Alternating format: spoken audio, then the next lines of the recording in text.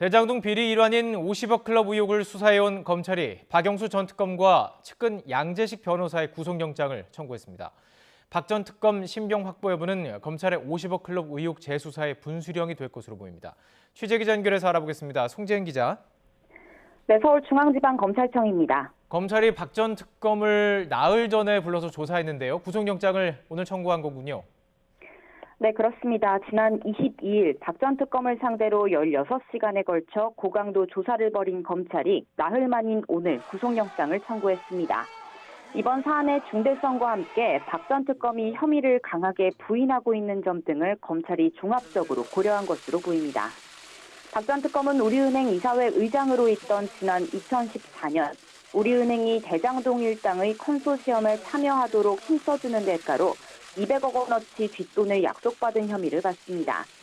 다만 당시 우리은행은 대장동 일당 컨소시엄에 직접 투자하는 게 아니라 1,500억 원을 대출해주는 쪽으로 방향을 틀었는데요.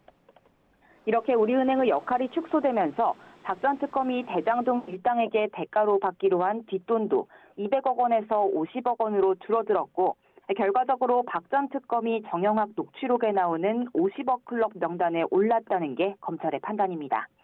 검찰은 청탁 과정에서 실무자 역할을 한 박 전 특검의 측근 양재식 변호사도 공범으로서 혐의가 무겁다고 보고 오늘 함께 구속영장을 청구했는데요.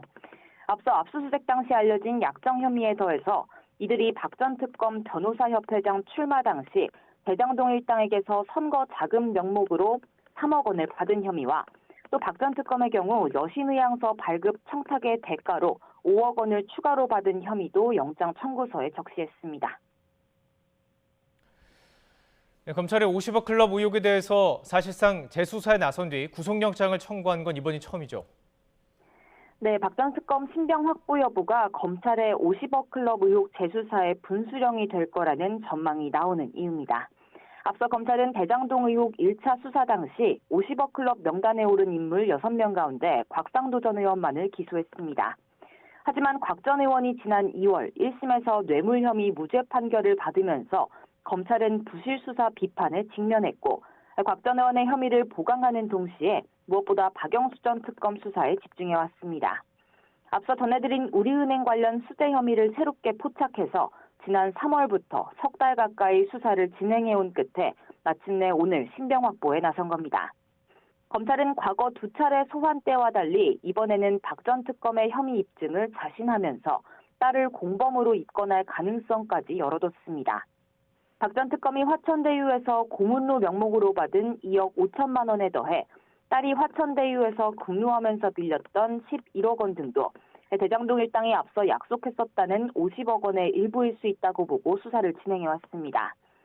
검찰 관계자는 다만 딸 소환 조사나 입건 여부는 박 전 특검 신병 확보 여부를 지켜본 뒤 본격적으로 논의할 부분이라고 설명했는데요.